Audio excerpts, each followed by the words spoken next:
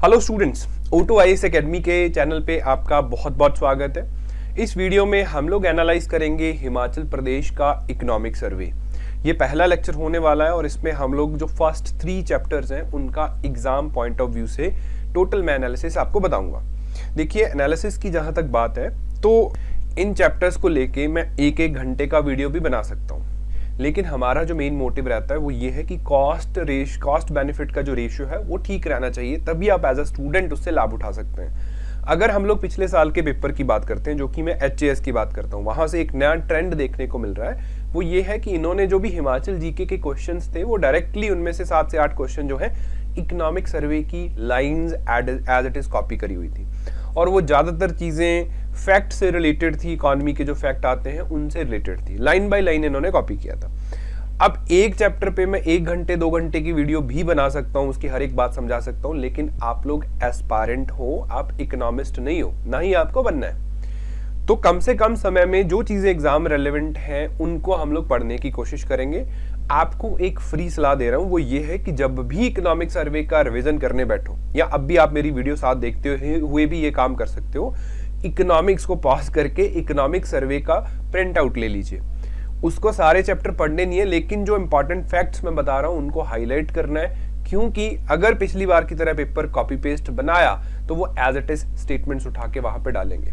शायद उनका इंडिपेंडेंटली कोई मतलब भी ना हो, लेकिन ये लोग डालते हैं। ऐसा इन्होंने पिछली बार किया और आप कंफ्यूज भी वहां पे रहे, तो ये सही रहेगा। तो आने वाले 20 मिनट में, मैक्सिमम 20 मिनट में हम लोग इकोनॉमिक सर्वे के पहले 3 चैप्टर्स में आपके काम की चीजें डिस्कस करेंगे।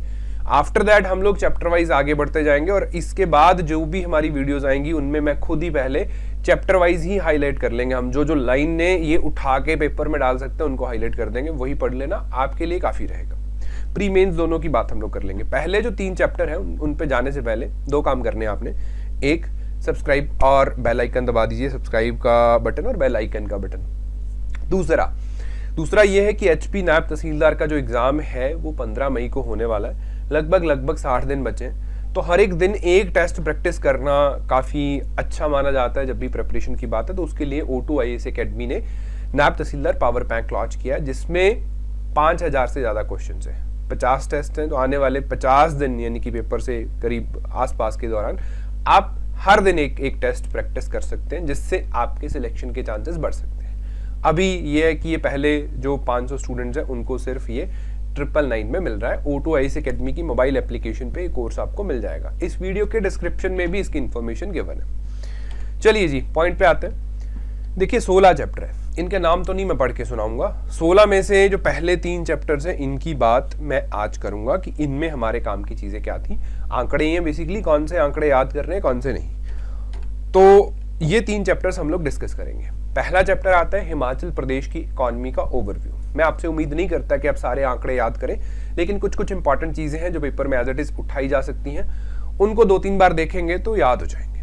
वो क्या है जी, जैसे 2020-21 के दौरान कोविड का काफी बड़ा खतरनाक दौर हमने देखा, और इस दौर में हिमाचल का जो GDP है, स्टेट का जो GDP है, वो 5.2% कॉन्ट्रैक्ट किया, -5.2 का ग्रोथ आया। और अगले साल जो है, यानी कि जो अब फाइनेंशियल ईयर का आंकड़ा आना है, उसमें उम्मीद करी जा रही है कि 21-22 के फाइनेंशियल ईयर का जो आंकड़ा है वो 8.3 आएगा पॉजिटिव, यानी कि वो V shape recovery Himachal Pradesh की इकोनॉमी दिखा रही है, ऐसा सर्वे ने बोला। ठीक, ये बोला जा सकता है। आपको कंफ्यूज कर सकता है ना एग्जामिनर की हिमाचल की इकोनॉमी में के शेप रिकवरी दिख रही है, ये दिख रहा है, वो दिख रहा है टाइप। तो सर्वे के अकॉर्डिंगली भाई 8.3% का ये ऐसा V बन रहा है ग्रोथ रेट्स में, तो आप देख लीजिए अकॉर्डिंगली। दूसरा है की इंडिकेटर्स, वहां पे कई बार आंकड़ों पे क्वेश्चन पूछे जाते हैं। 1-2 चीजें ही याद करनी है। जैसे ईयर वाइज अगर मैं बात करूं तो ईयर वाइज सिर्फ आपको इसका ही देख लेना। खराब किस्मत रही तो वैसे पिछली बार इन्होंने 1 साल पुराने आंकड़े भी पूछे थे, वो क्वेश्चन एज इट इज छोड़ देने होते हैं। इतने आंकड़े याद करने से अच्छा आप एक क्वेश्चन सेक्रीफाइस कर दो, मैं इसको ज्यादा बेहतर मानता हूँ, बिकॉज इसमें टाइम ज्यादा लगता है। 1-2 चीजें हम लोग देखेंगे। वो क्या है कि GDP 2 चीजें इस पे देखी जाती है। फर्स्ट है करंट प्राइस और कांस्टेंट प्राइस। करंट प्राइसेस पे 1,56,000 करोड़ मोटा मोटा, और कांस्टेंट प्राइसेस पे है 1,14,000 करोड़, है ना। 1,15,000 करोड़ भी आप इसको मान सकते हैं। इस तरीके के आंकड़े पता होना चाहिए। फूड ग्रेन्स की जो प्रोडक्शन है वो 15.28 मिलियन टन हुई है, 15.28 मिलियन टन हुई है, जो कि कम ही है, -4.1 का ग्रोथ रेट आया because of overall economic downfall वहां पे देखने को मिला। फ्रूट्स जो प्रोडक्शन है वो 6.24 मिलियन टन रहा 2021 में, और 1920 में इससे ज़्यादा था, तो लगभग 26% का डाउनफॉल इस एरिया में देखने को मिला। जो इंडस्ट्रियल सेक्टर का ग्रॉस वैल्यू एडेड है वो भी 2.4% कम गया, अगर मैं पिछले साल के आंकड़े से कंपेयर करता हूँ। इलेक्ट्रिसिटी जनरेशन भी जो है वो भी 1961 मेगावाट्स हुआ है, जो कि अर्लियर 2246 मेगावाट्स था। तो अब इनमें से याद क्या करना है? याद आई वुड रिकमेंड कि ये 3 चीजें आप याद कर लेंगे तो ठीक रहेगा। ये 3 चीजें मोटा मोटा 1,56,000 करोड़ की आपकी जीडीपी है, वो लगभग लोगों को पता है। 15.28 मिलियन टन का फूड ग्रेन्स का प्रोडक्शन है। फ्रूट्स का जो प्रोडक्शन है वो 6.24 लाख टन है, अब मिलियन टन है सॉरी। तो इसको अब फ्रूट्स को ना एग्रीकल्चर के चैप्टर में और एनहांस करके देखेंगे कौन सा फ्रूट्स, एप्पल का प्रोडक्शन क्या हुआ, पीच का प्रोडक्शन क्या हुआ, एंड बाकी जो एंसिलरी फ्रूट्स वहां पे उगाए जा रहे हैं, मंक फ्रूट ये वो, उनका प्रोडक्शन रेट या कल्टीवेशन का एरिया क्या है। तो एग्रीकल्चर के चैप्टर में इसको दोबारा से हम लोग बात तो करेंगे ही।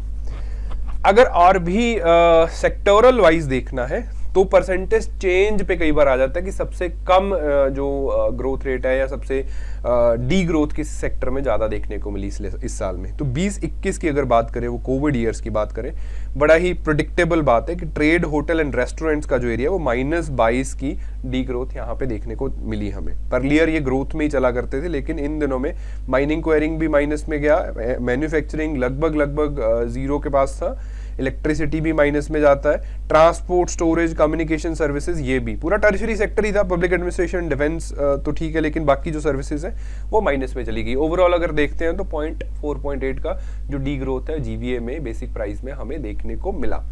अब इसमें से भी आप ये 2 आंकड़े याद कर सकते हैं, बाकी वाले जस्ट एक बार देखने हैं, कुछ ना कुछ याद रह जाएगा। उसके बाद बात करते हैं पर कैपिटा इनकम की। पर कैपिटा इनकम, पर पर्सन जो इनकम है टोटल पॉपुलेशन के साथ स्टेट जीडीपी को जब हम डिवाइड करते हैं तो 2020-21 के लिए 1,83,333 रुपीस ये आंकड़ा है निकल के आता स्टेट के लिए, जो कि पिछले वाले से कम हुआ है। 1.3% का जो डी ग्रोथ है वो देखने को मिला, बिकॉज जीडीपी अगर डी ग्रोथ में जाएगा तो सारे आंकड़े ही इसके साथ गिर जाते हैं, क्योंकि पॉपुलेशन तो उतनी ही है। हालांकि इस बार वो बढ़ने की उम्मीद है, उसकी बात हमने ऑलरेडी करी। अगर इसको देखा जाए 2021-22 का जो आंकड़ा है, जो अभी तक ट्रू सही में नहीं आया हमारे पास, एक्सपेक्टेड है, वो ये है कि वो 2,01,000 के आसपास जाएगा, which is like 10% growth rate from this year. तो इसमें भी बढ़ोतरी तो मिलेगी, लेकिन पिछले साल इसमें काफी बड़ा फॉल आया, वी शेप रिकवरी देखने को मिल रही है। बट इतना होने के बावजूद भी हिमाचल का जो पर कैपिटा इनकम का रेट है वो नेशनल रेट से काफी ज्यादा हायर है। आप देख सकते हैं 2020-21 के दौरान इंडिया का, अगर मैं नेशनल पर कैपिटा इनकम की बात करता हूं तो 1.25 लाख रुपए है, 1,26,000 है, लेकिन हिमाचल की इन कंपैरिजन टू दैट ज्यादा है। अब आगे भी बढ़ती है तो वो 2 लाख के आसपास चली जाएगी। नेशनल इनकम हमारा लगभग वहीं कहीं स्टेबल रहता है, बहुत ज्यादा बड़ा नहीं है इस साल में। ठीक, तो ये बात आपको पता होनी चाहिए।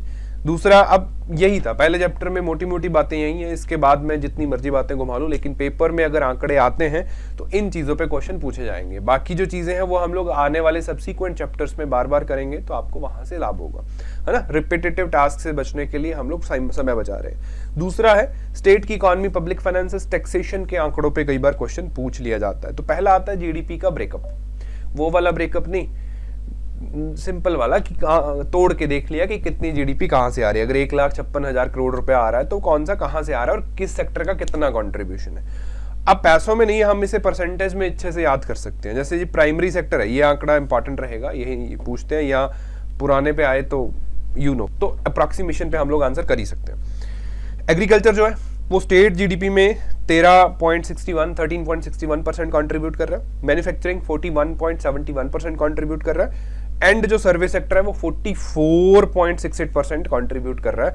ये हमें 2020-21 के जो फर्स्ट रिवाइज्ड एस्टिमेट्स हैं उनके आंकड़े हमारे पास आए हैं। ठीक, वैसे भी आप अप्रॉक्सीमेशन में जाओगे तो ये आंकड़ा लगभग वहीं पे घूम रहा है, 13-15 के आसपास ये आंकड़ा भी वहीं पे। इसमें कोई बहुत बड़ा स्ट्रक्चरल चेंज इकोनॉमी में तब आए तो वही आता है, नहीं तो इन्हीं के आसपास घूमता है। तो आप मोटा मोटा याद करिए, 44% जो है वो सर्विसेज दे रही हैं, 41% जो है वो सेकेंडरी सेक्टर दे रहा है, और जो बच गया वो एग्रीकल्चर दे रहा है। ठीक, इससे आपको चीजें याद हो जाएंगी। सबसे ज़्यादा टर्शरी हमारा सर्विस सेक्टर दे रहा है। ये बात हमारी नेशनल इकोनॉमी के लिए भी सत्य है। प्राइमरी सेक्टर को अगर और ज़्यादा खोद के हम लोग देखते हैं तो वहाँ पे जो 4 सेक्टर्स जैसे एग्रीकल्चर, एनिमल हस्बेंड्री है, तो उसका अब ग्रोथ रेट पे कई बार पूछ लिया जाता है कि इनमें से किस में सबसे कम ग्रोथ रेट हुआ, या डी ग्रोथ की बात हो रही है तो किस में कम हुई। इसमें -8.6 का डी ग्रोथ है, इसमें 19.6% का जो फॉरेस्ट्री एंड लॉजिंग है ये सबसे ज़्यादा डाउनवर्ड गया है। फिशिंग जो है वो प्लस पॉइंट ही गया है, ग्रोथ उसका यहाँ पे देखने को मिला। और माइनिंग क्वेरिंग भी माइनस में है, एग्रीकल्चर एनिमल हस्बेंड्री भी माइनस में है, और फॉरेस्ट्री लॉजिंग तो काफ़ी ज़्यादा माइनस में है। तो यस, इसको हम लोग अरेंज करके देख सकते हैं क्रोनोलॉजिकल ऑर्डर में भी। और वैसे भी 20% का डी ग्रोथ है, एक सेक्टर भी याद करोगे तो मेरे लिए बात बन जाएगी। सेकेंडरी सेक्टर जो है, जो कि मैन्युफैक्चरिंग होता है हमारा, मैन्युफैक्चरिंग में अगर आप मैन्युफैक्चरिंग कोर मैन्युफैक्चरिंग की बात करें तो 7.3% का डी ग्रोथ है। कंस्ट्रक्शन की बात करें तो 12% का डी ग्रोथ है। इलेक्ट्रिसिटी, गैस, वाटर सप्लाई की बात करें तो यहाँ पे डी ग्रोथ नहीं है, because these are the quite essential items. इनमें कुछ भी करके डी ग्रोथ होना की पॉसिबिलिटी कम होती है। Tertiary sector which is again important for our exam, total overall growth इसमें -2.1% का ही रहा है। लेकिन अगर मैं कुछ सेक्टर्स देखता हूँ, ट्रांसपोर्ट, स्टोरेज, कम्युनिकेशन जो सेक्टर है वहां पे 24% का डी ग्रोथ है। ये बात आपको पता होनी चाहिए। ऐसी चीजों पे कंफ्यूज करके क्वेश्चन पूछ सकते हैं। अब बात करते हैं पब्लिक फाइनेंसेस, कितना पैसा आया और कितना पैसा सरकार ने इधर उधर लगाया, उसके जो फिस्कल पोजीशन के आंकड़े हैं उनकी बात हम लोग करते हैं। जैसे कि जीएसटी का जो टारगेट था वो 3451 करोड़ का था, और एक्चुअल रिसीट्स जो है वो टारगेट अचीव किया हमने, 3466 करोड़ हमने यहाँ पे ले लिया। स्टेट का जो एक्साइज है उसका टारगेट 1624 था, और हमने लगभग इसको पूरा किया है। 1600 करोड़ आया, 24 करोड़ माइनस में गए। वैल्यू एडेड टैक्स की बात करें जो कि वैट है, टारगेट बहुत कम था, 1467 करोड़ का था, लेकिन 1630 करोड़ रुपया वैट वगैरह इंक्रीज करके हमने यहाँ पे गेन किया है। अदर टैक्सेस का भी जस्ट लाइक 264 है, पैसेंजर एंड गुड्स टैक्स भी टारगेट ओवर अचीव किया। अगर हम लोग ओवरऑल टैक्सेशन की मैं बात करूं 2020-21 की, एनालिटिकल क्वेश्चन कि स्टेट के जो टैक्स के टारगेट्स थे वो ओवर अचीव हुए हैं, स्टेट के जो टैक्स के टारगेट थे वो अंडर अचीव हुए हैं, ऐसी स्टेटमेंट्स अगर आती हैं तो आप क्लियरली देख सकते हैं 6800 करोड़ का लगभग इनका टारगेट था, और 7000 करोड़ रुपया हमें रिसीट हुआ, एक्चुअल रिसीट्स 2020-21 की। स्टेट के फाइनेंस की बात कर रहा हूं। तो यस, दिस एनालिटिकल, अगर मैं एग्जामिनर होता तो ऐसी एनालिटिकल चीजें डाल देता, है ना। अब इनको कॉपी करने की ज्यादा आदत है तो शायद ये खुद से टाइप करने की हिम्मत ना करे इस एनालिटिकल बात को। अगर ट्रू टेक्स्ट में कहीं मिली तो आ भी सकता है ना, लेकिन बात याद रहने में आप रख सकते हो, वो याद चाहे कुछ भी मत करो, लेकिन ये बात आपको पता लगी कि टैक्स के टारगेट हमने ओवर अचीव किए हैं। 200 करोड़ का डिफरेंस यहाँ पे। इस साल की भी बात है तो 2021-22 का जो आंकड़ा है वहां पे जो टारगेट्स है, लेकिन यहाँ पे क्वेश्चन आने की उम्मीद मैं करता नहीं, क्योंकि एक्चुअल आंकड़े अभी बाकी हैं, दिसंबर तक की फिगर्स आई हैं। ठीक, दूसरा है जी 21-22 में अब स्टेट का जो टोटल एक्सपेंडिचर था वो टोटल कितना है, जीडीपी का 28.65%। यस, दिस आंकड़ा पूछा जा सकता है, as it is copyable line है कि स्टेट की जीडीपी का 28.65% जो है वो एक्सपेंडिचर हुआ। उसमें से भी दो तरीके के एक्सपेंडिचर है, पहला रेवेन्यू एक्सपेंडिचर है जो कि स्टेट की जीडीपी का लगभग 22% है, और बाकी जो 3.43% है वो स्टेट कैपिटल अकाउंट है ना। रेवेन्यू अकाउंट का एक्सपेंडिचर जो है वो 22% है, और 3.5% जो कि कैपिटल अकाउंट में जाता है। बस इतनी सी बातें याद रखोगे तो बात बन जाएगी। अब बात करते हैं रेशियोज की, बहुत इंपॉर्टेंस रखते हैं इकोनॉमी में रेशियोज। तो टैक्स टू जीडीपी जो रेशियो है वो कितना है ऐसा पूछा जा सकता है, ईयर वाइज पूछा जा सकता है। 21-22 में जो बजटरी एस्टिमेट्स है वो कहते हैं जी 8.45% टैक्स टू जीडीपी रेशियो है, रहेगा, ये हमें उम्मीद है। जो रिवाइज्ड एस्टिमेट्स 20-21 के हमारे पास आए हैं उनके अकॉर्डिंगली इस बार जो रहा वो 7.8% था, 19-20 में जो रहा वो 7.73% था। यहां पे आई वुड इंसिस्ट कि आप टैक्स रेवेन्यू और स्टेट जीडीपी का जो रेशियो है वो पिछले 2-3 साल का देख के जाइए। अगर ये पुराना भी कहीं से कॉपी करते हैं तो आपका क्वेश्चन ठीक होना चाहिए, बिकॉज मुझे पर्सनली ऐसा लगता है कि ऐसे आंकड़ों पे क्वेश्चन आएगा। तो इसको भैया जैसे मर्जी करो, 786 वैसी करके अक्षय कुमार का फोटो रख के साथ जो वो करता है अक्सर, 845, 786, 773, ऐसे इन 3 सालों के आंकड़े कर जाना है। 21-22 के बजटरी एस्टिमेट्स, 20-21 के रिवाइज्ड और 19-20 के। अगर आया तो आपको यहाँ पे कंफ्यूज कर देंगे, क्योंकि पिछली बार ऑप्शन क्लोज भी पूछे थे इन्होंने, सारे नहीं लेकिन जो बता रहा हूँ वो कर लीजिएगा। इसके बाद है, अगर रेवेन्यू एक्सपेंडिचर को हम लोग ब्रेकअप करते हैं, इसका भी ब्रेकअप करवा देते हैं। इसका ब्रेकअप करवाने के बाद हम देखते हैं कि कहाँ पे कितना गया। जैसे कि पिछली बार इनका क्वेश्चन आया था शायद सैलरी एंड वेजेस को लेके आया था कि इस साल में सैलरी वेजेस का एक्सपेंडिचर क्या था। सिमिलरली ऐसे क्वेश्चन दोबारा भी आ सकते हैं। तो सारे तो नहीं, लेकिन अप्रॉक्सीमेशन में करके हम लोग आंकड़ा कर सकते हैं। जैसे सैलरी एंड वेजेस पे जो बजटरी एस्टिमेट्स के अकॉर्डिंगली कितना जा रहा है वो 28.70% जा रहा है। ये मैंने मेरी बजट वाली वीडियो में भी बताया था आपको, है ना। 28 अगर आप पीछे भी देखोगे तो 2017-18 में 30 पहुंचा था, नहीं बाकी सारे सालों के आंकड़े जो हैं वो 27-28 ही है। ठीक, इस बार भी 28-70 है, तो ऑलमोस्ट एक ही लाइन पे ग्राफ चल रहा है। बहुत ही क्लोज फिगर जाती हैं तो आप कंफ्यूज होगे, वरना ऊपर नीचे आया तो आप कर दोगे। पेंशन्स जो हैं, पेंशन्स टोटल एक्सपेंडिचर का पेंशन्स में जो जा रहा है वो 14% है। 7,000 करोड़ हम पेंशन्स में दे रहे हैं, और ये भी 13 और 14 के बीच का ही आंकड़ा है अप्रोक्सीमेशन में। इंटरेस्ट पेमेंट जो है, इंटरेस्ट पेमेंट्स टोटल 10% है स्टेट जीडीपी का, वो सिर्फ ब्याज में हम लोग पे कर रहे हैं। Subsidy which is very important, that is 2.15%। पिछले साल भी ये आंकड़ा सेम था, यानी कि रिवाइज्ड एस्टिमेट्स जो आए हैं, और उससे पहले ये आंकड़ा ज़्यादा होता था। तो आप ये कंपैरिजन एनालिटिकली कर सकते हो कि जो स्टेट का सब्सिडी पे एक्सपेंडिचर है वो 2018, 19, 20 के आंकड़ों से अभी जो है वो कम हो रहा है। दिस कैन बी डन, है ना। ये कंसिस्टेंटली अगर आप 2018-19 से देखोगे तो कम हो रहा है। यस, ऐसा एनालिटिकल क्वेश्चन कई बार आ सकता है। इसमें आंकड़ा चाहे रट्टा मत मारो, लेकिन ये पता होना चाहिए कि सब्सिडी का खर्चा आपका कम हो रहा है। अगर ऐसी कोई स्टेटमेंट वो डालते हैं तो आप इजीली क्रैक कर सकते हैं।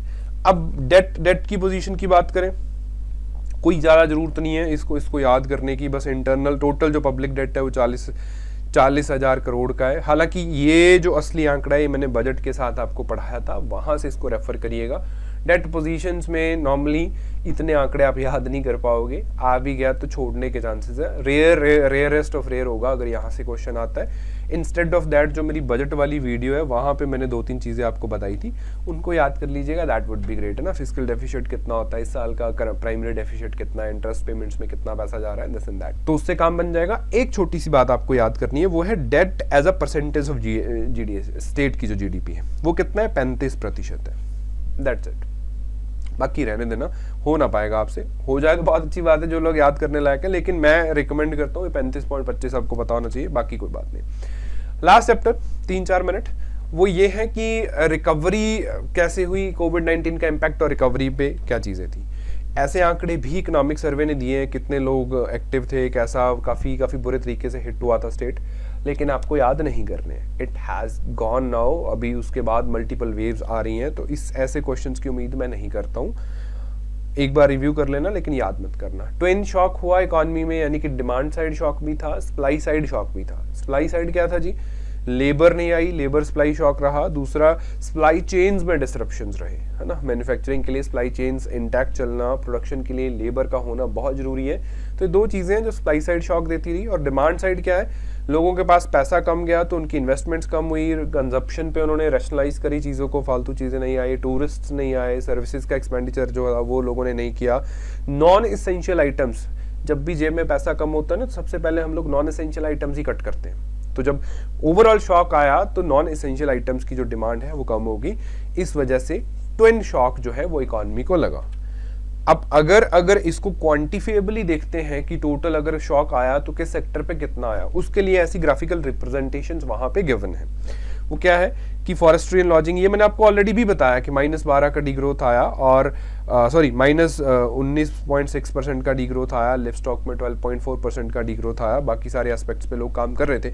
मैन्युफैक्चरिंग की अगर बात करी जाए तो वहाँ पे भी जो manufacturing sector organised and unorganised है -7.3 है, जो कंस्ट्रक्शन है वो -12% जो है वो डाउनवर्ड जाता है। ये बातें मैंने आपको वहाँ पे ब्रेकअप पे दिखा दी हैं, उन्हीं को इन्होंने एक अलग चैप्टर डाल के आपके लिए डाला है।